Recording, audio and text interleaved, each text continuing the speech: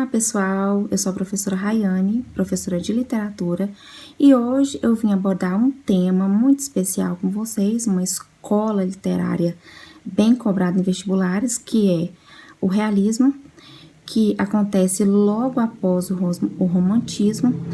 Então, para iniciar, eu vou fazer um paralelo com essas duas escolas literárias, a escola literária romantismo e a escola literária realismo.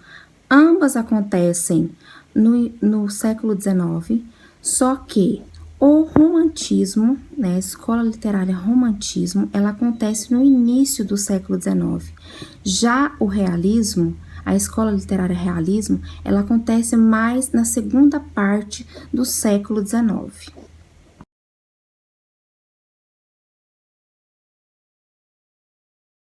Então vamos relembrar quais são as principais características do romantismo? O romantismo, ele tinha como principal característica, né, o eu, né, a emoção.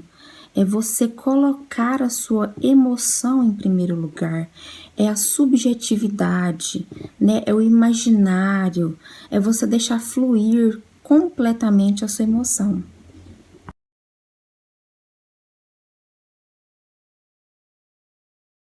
Então, queridos, vamos iniciar a aula comparando essas duas escolas literárias, né? O romantismo e o realismo, que surge no final do século XIX. O que essas escolas têm em comum? Na verdade, o romantismo é totalmente contrário ao realismo, que surge no final do século. O realismo ele veio para combater o romantismo. Na verdade, as características são completamente opostas, né? Enquanto no romantismo nós temos como principal característica o eu, a emoção, a subjetividade, no realismo isso desaparece completamente.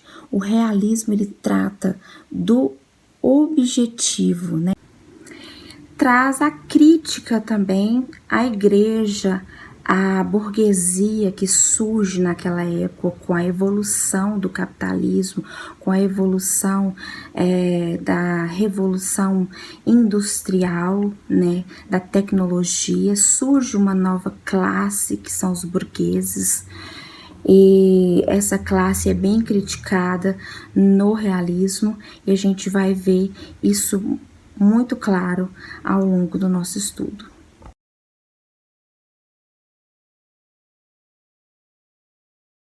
Então, pessoal, o ponto inicial do realismo é a Europa, tá? Especificamente na França, onde Gustave Flaubert ele lança uma obra chamada Madame Bovary, e nessa obra ele retrata exatamente o que eu acabei de falar, que é a questão do adultério e das consequências que o adultério traz para as pessoas que o cometer.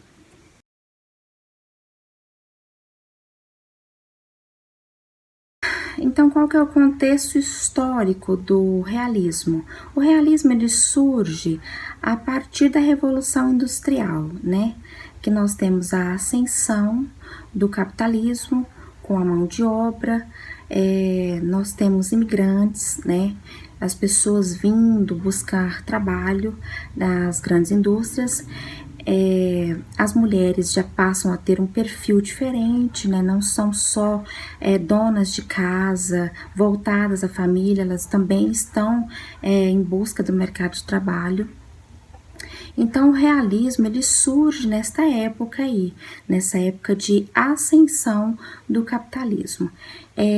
O Rio de Janeiro era a capital do Brasil, né? Nós tínhamos o segundo reinado, o reinado de Dom Pedro II. Então, os escravos já estão livres, já se começa a mão de obra remunerada, né?